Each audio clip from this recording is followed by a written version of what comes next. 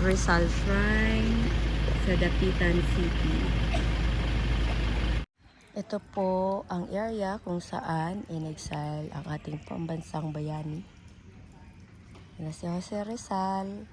At ito yung kanyang original swimming pool.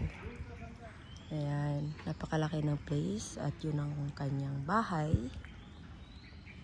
Ayan. Manukan. At yun yung kanyang kusina. Ayan, so marami pang pupuntahan. Ito po yung kusina ni Rizal. Ayan. So, quick video. Meron siyang mga palayok. At meron mga gamit. Ito. Ayan. So, ganyan yung mga ori ng ginagamit ni Rizal nung kapanahonan niya. And the very interesting one is this house.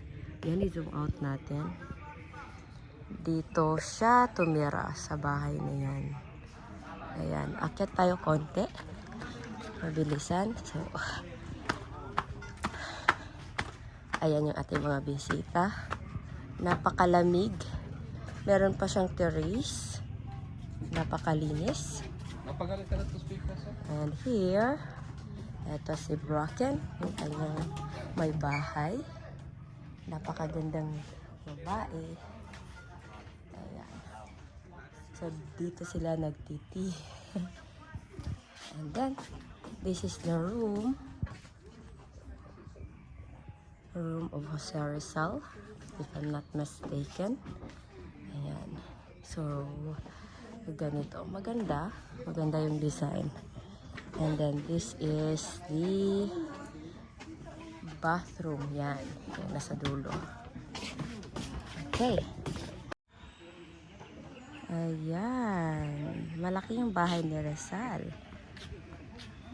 Medyo replica na rin siya, of course. Ni-renovate na nila. Ayan.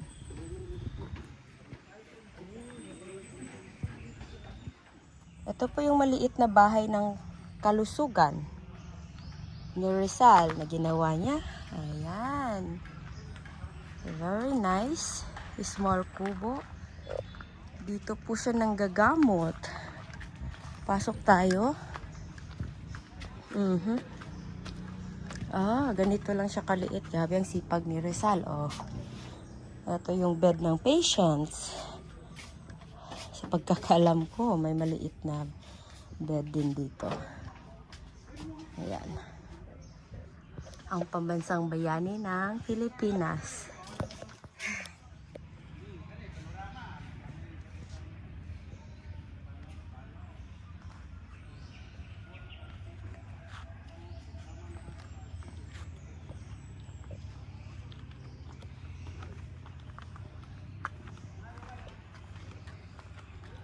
Hanggang din sa bahay niya.